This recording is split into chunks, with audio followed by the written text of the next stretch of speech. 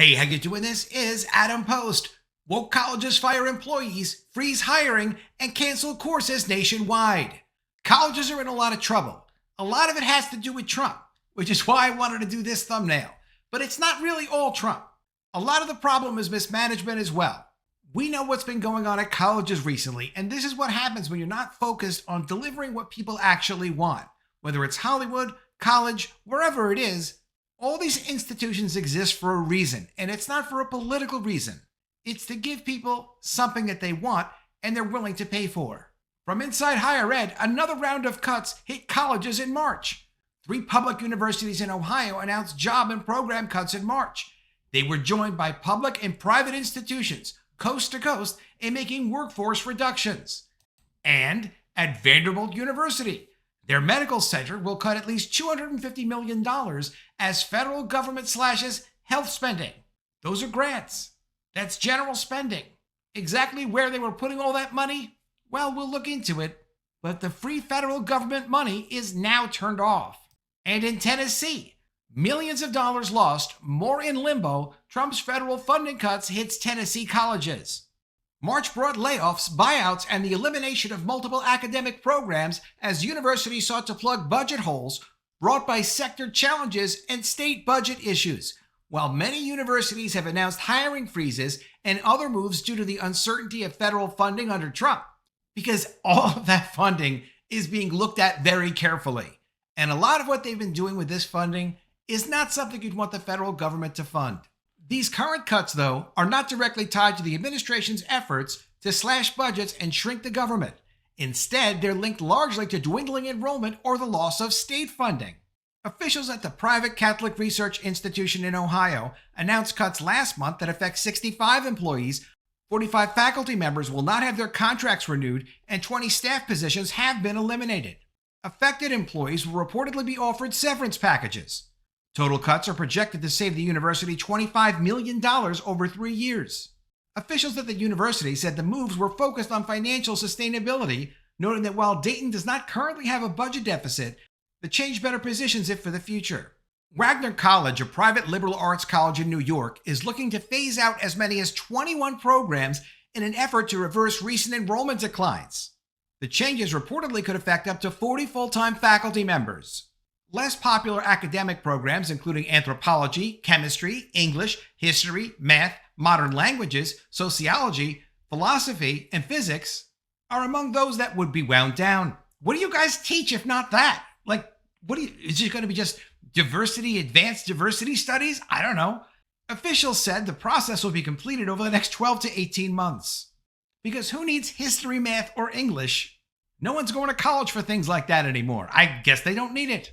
At Kent State University, up to 30 administrative positions and 9 majors are being eliminated at the public university in Ohio as part of a phased academic realignment that was approved by the board last month. Kent State will actually also close one of their colleges. They'll shrink the number of academic colleges from 10 to 9. Their plan cites 2 goals. First, to strengthen academic affairs by reorganizing and realigning our academic units so that we are more cost efficient and therefore sustainable. Well, they bring up that word sustainable a lot, like if they don't do this, there ain't going to be no college anymore. And then secondly, to ensure that they're providing the most in-demand, up-to-date, and relevant academic programs and services to their learners. Facing a $2 million budget deficit, the public 2-year college, Lakeland Community College in Ohio, is laying off 10 faculty members and not replacing 14 professors set to retire. Another 8 faculty members who will retire next year will also not be replaced. At St. Norbert College, a Catholic college in Wisconsin, they've announced plans last month to lay off 27 professors and cut more than a dozen programs to adjust their budget deficit. Cuts will save them an estimated $5 million of their $12 million budget deficit. That is a massive budget deficit for one Catholic college. Grappling with financial pressures, the small private institution, Everett University in Virginia, announced plans last month to eliminate 15 jobs as part of cost-cutting measures. The university has navigated steep financial issues since last summer when officials discovered a financial shortfall brought about by unauthorized withdrawals from the endowment by a former employee. Some of us call that stealing. While they said there was no evidence of embezzlement or misuse of funds, the fiscal mismanagement prompted Everett to take a series of ongoing measures to fix its finances. Sure, just keep the money. Take what you want. Oklahoma State University has been in trouble. Fallout continues at Oklahoma State, where the university laid off 12 Innovation Foundation employees after a recent audit uncovered financial missteps there. In February, Oklahoma State President Casey Schrum stepped down abruptly amid a review of improper transfers of legislatively appropriated funds. We call that stealing too. Maybe it wasn't stealing, that's just my opinion. An audit later found that $41 million in state appropriations were not properly restricted and in some instances were commingled with other funds in violation of state laws and policies. In one instance, $11.5 million intended for other programs had been directed without board approval to OSU's Innovation Foundation instead. And at St. Joseph's University, officials offered buyouts to some faculty and staff last month as the private Jesuit university seeks to close a budget deficit following recent mergers. At Utah State University, voluntary buyouts are on the table and layoffs could be on the horizon at the public university following $17.3 million in budget cuts from the state legislature. Those cuts were spread across 2 years, with the university taking $12.5 million in a hit this year. However, OSU could restore that money through the state's Strategic Reinvestment Initiative, which allows universities to regain funding if leaders can identify areas for cuts and shift resources towards strategic initiatives favored by the state. You can see why it was important they weren't wasting their money on programs that did nothing to offer better services to the students. All of the expense, all of the friction of all of the ideology programs.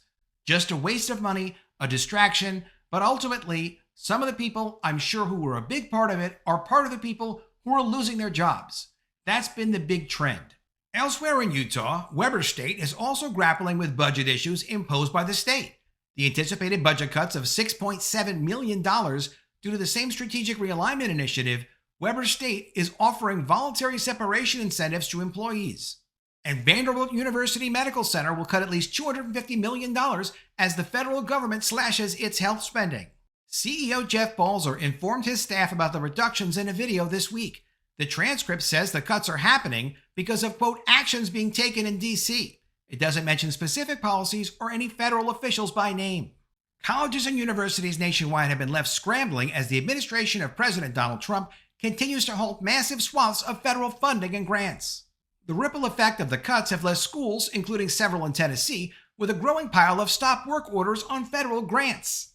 While the full extent of Trump's cuts is not yet clear, here's a look at what several colleges and universities told the Tennessean about funding and how they're navigating a volatile political and financial landscape. In addition to another grant, 4 more grants totaling just over $13 million are frozen since the university is not able to draw down funds from a federal portal. Those grants are from the U.S. Department of the Interior, the National Park Service, and the U.S. Fish and Wildlife Service.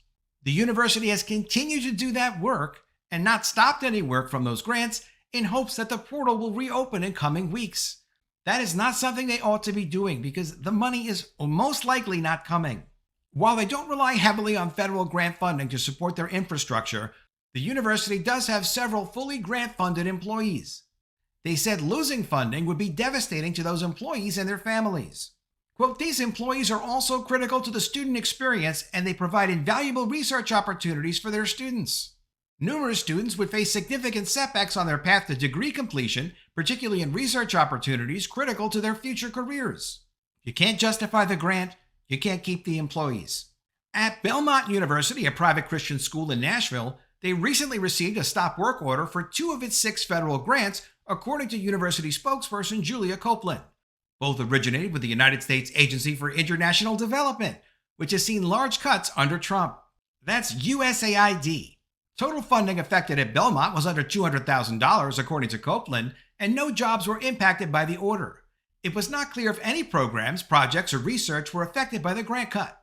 But we're actively monitoring changes in the federal funding landscape, staying connected with our peer institutions and industry associations to share information, according to Copeland. That is not money you should be waiting on. The USAID money is pretty much locked down. And at East Tennessee State University, a public university in Johnson City, they saw approximately $1.6 million in grant funding from the U.S. Department of Education terminated on February 10th, according to a spokesperson. However, that grant was reinstated in late March. No jobs, programs, projects, or research at the university were lost or halted in the process. The university says leaders are tracking changes at the federal level and will keep the university community informed of any changes. At Tennessee State University, a public historically black university in Nashville, they expect to lose at least $14.4 million in federal grant funding. The money is part of a grant from the National Institute of Food and Agriculture. However, as of March 27th, the university still had not received the stop work order for the grant, according to the university spokesperson. In total, TSU saw an abrupt suspension of 70 federal grants in February, totaling $45 million. By early March, $23 million of those funds had been restored. It's not clear yet if the remaining funds will come back. In total, Grady said, TSU has $115 million in other federal grants that fully fund 62 employees and partially fund another 112. The Trump administration also added the UT Knoxville campus to a growing list of colleges and universities it is investigating nationwide. Earlier this month, the U.S. Department of Education announced it is looking into whether universities allowed what it's calling anti-Semitic harassment and discrimination, which many of them did. The investigation stemmed from complaints about anti-Semitism and complaints about pro-Palestinian and pro-Hamas demonstration on campuses nationwide last year. Let me know what you think of all this in the comments below. Always love to see your ideas. Please be sure you are subscribed to the channel. Click the bell for notifications, give me a thumbs up, and I'll see you again soon with another story. And if I don't see you, I will miss you.